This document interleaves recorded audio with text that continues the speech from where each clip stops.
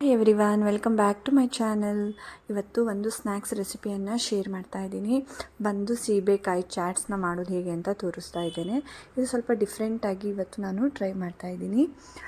ಇದಕ್ಕೆ ನೀವು ಸ್ವಲ್ಪ ಸೀಬೆಕಾಯಿ ಹಣ್ಣಾಗಿರೋದನ್ನು ತೊಗೊಳ್ಬಾರ್ದು. ಸ್ವಲ್ಪ ಕಾಯಿ ಇರುತ್ತೆ ಅಲ್ವಾ, ಆ ಸೀಬೆಕಾಯಿಯನ್ನೇ ಯೂಸ್ ಮಾಡಬೇಕು.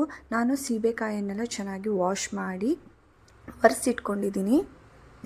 ಒರೆಸಿಟ್ಕೊಂಡಂತಹ ಏನು ಸೀಬೆಕಾಯಿ ಇದೆ ಅದನ್ನು ಕಟ್ ಮಾಡ್ಕೊಳ್ತಾ ಇದ್ದೇನೆ. ನಿಮಗೆ ಯಾವ ಶೇಪಲ್ಲಿ ಬೇಕು ನೀವು ಆ ಶೇಪಲ್ಲಿ ಕಟ್ ಮಾಡ್ಕೋಬೋದು. ನಾನಿಲ್ಲಿ ಸ್ವಲ್ಪ ಚಿಕ್ಕದಾಗಿ ಕಟ್ ಮಾಡ್ಕೊಳ್ತಾ ಇದ್ದೇನೆ. ಈ ಸ್ನ್ಯಾಕ್ಸ್ ಬಂದು ತುಂಬಾ ಹೆಲ್ದಿ ಸ್ನ್ಯಾಕ್ಸ್ ಅಂತಲೇ ಹೇಳ್ಬೋದು. ಇದನ್ನು ಈವ್ನಿಂಗ್ ಮಕ್ಕಳಿಗೆ ಸ್ನ್ಯಾಕ್ಸ್ ಈ ರೀತಿ ಮಾಡಿಕೊಟ್ರೆ ಅವರಿಗೂ ಸಹ ತುಂಬಾ ಇಷ್ಟಪಟ್ಟು ತಿಂತಾರೆ. ಕೆಲವೊಂದು ಮಕ್ಕಳು ಈ ಪೇರಲೆ ಹಣ್ಣು, ಈ ಸೀಬೆಕಾಯಿ ಏನಿದೆ ಅದನ್ನು ತಿನ್ನೋದಕ್ಕೆ ಇಷ್ಟಪಡೋದಿಲ್ಲ. ಒಳಗಡೆ ಸೀಡ್ಸ್ ಇದೆ, ನಾನು ತಿನ್ನಲ್ಲ, ಟೇಸ್ಟ್ ಇಲ್ಲ ಅಂತ ಹೇಳ್ತಾರೆ. ಸೊ ಅದರಿಂದ ಈ ರೀತಿ ಒಂದು ಸಲ ಚಾಟ್ ಮಾಡಿಸಿ ಕೊಡೋದ್ರಿಂದ ಅವರು ತುಂಬಾ ಇಷ್ಟಪಟ್ಟು ತಿಂತಾರೆ. ನಾನಿಲ್ಲಿ ಪೇರಲೆ ಕಾಯನ್ನು ಈ ರೀತಿ ಕಟ್ ಮಾಡ್ಕೊಳ್ತಾ ಇದ್ದೇನೆ. ನಾನಿಲ್ಲಿ 2 ಪೇರಲೆ ಹಣ್ಣನ್ನು ಯೂಸ್ ಮಾಡ್ತಾ ಇದ್ದೇನೆ. ಹಾಗೆ ನಾನು ಇವಾಗ ಕಟ್ ಮಾಡಿಕೊಂಡಂಥ ಪೇರಲೆ ಹಣ್ಣನ್ನು ಒಂದು ಬೌಲಿಗೆ ಹಾಕ್ಕೊಳ್ತಾ ಇದ್ದೀನಿ. ನೀವು ಇದನ್ನು ಮಾಡಿ ಒಂದು 15-20 ನಿಮಿಷ ಇಟ್ಟು ತಿನ್ನೋದ್ರಿಂದ ತುಂಬಾ ಟೇಸ್ಟ್ ತುಂಬ ಚೆನ್ನಾಗಿ ಬರುತ್ತೆ.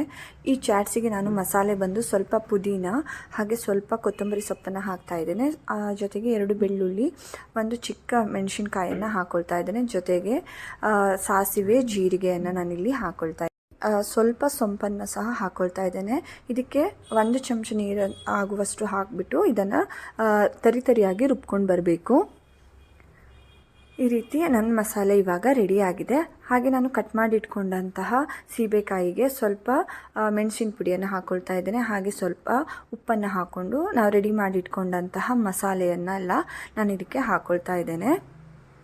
ನಿಮಗೆ ಖಾರನ ನೀವು ಹೆಚ್ಚು ಕಡಿಮೆ ಮಾಡಿಕೊಳ್ಬಹುದು. ನಾನಿಲ್ಲಿ ಆ ಖಾರನ ಸ್ವಲ್ಪ ಕಡಿಮೆನೇ ಇಟ್ಕೊಂಡಿದ್ದೀನಿ. ಈ ಚಳಿಗಾಲದಲ್ಲಿ ಈ ರೀತಿ ಸ್ನ್ಯಾಕ್ಸ್ ತುಂಬಾ ತಿನ್ನೋದಕ್ಕೂ ಸಹ ತುಂಬಾ ಟೇಸ್ಟಿ ಅನಿಸುತ್ತೆ. ಹಾಗೆ ಇದಕ್ಕೆ ನಾನು ಸ್ವಲ್ಪ ನಿಂಬೆಹಣ್ಣಿನ ರಸವನ್ನು ಹಾಕ್ಕೊಳ್ತಾ ಇದ್ದೇನೆ. ಇವಾಗ ಇದನ್ನು ಚೆನ್ನಾಗಿ ಶೇಕ್ ಮಾಡಬೇಕು, ಅಂದರೆ ಚೆನ್ನಾಗಿ ಮಿಕ್ಸ್ ಮಾಡಿಕೊಳ್ಬೇಕು. ಹಾಗೆ ಇದನ್ನೆಲ್ಲ ಚೆನ್ನಾಗಿ ಮಿಕ್ಸ್ ಮಾಡಿ ಒಂದು 15 ನಿಮಿಷ ಹಾಗೆ ಸೈಡಿಗೆ ಇಡಿ. ಆಗ ತಿನ್ನೋದಕ್ಕೆ ತುಂಬ ಟೇಸ್ಟ್ ಆಗುತ್ತೆ. ಮಸಾಲೆ ಎಲ್ಲ ಪೇರಲೆ ಹಣ್ಣು ಹೀರ್ಕೊಂಡಿರುತ್ತೆ, ಸೊ ಅದರಿಂದ ಟೇಸ್ಟ್ ತುಂಬ ಚೆನ್ನಾಗಾಗುತ್ತೆ. ಇವಾಗ ನೋಡ್ಬೋದು ಏನು ಪೇರಲೆ ಹಣ್ಣಿನ ಚಾಟ್ಸ್ ಇವಾಗ ರೆಡಿಯಾಗಿದೆ.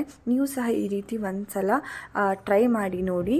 ಈ ಚಳಿಗಾಲದಲ್ಲಿ ನೀವು ಸಾಸಿವೆ ಹಾಕಿ ತಿನ್ನೋದ್ರಿಂದ ಬಾಡಿಗೂ ಸಹ ಹೀಟ್ ಆಗಲ್ಲ, ಚಳಿ ಎಲ್ಲ ಸ್ವಲ್ಪ ಕಮ್ಮಿ ಆಗುತ್ತೆ.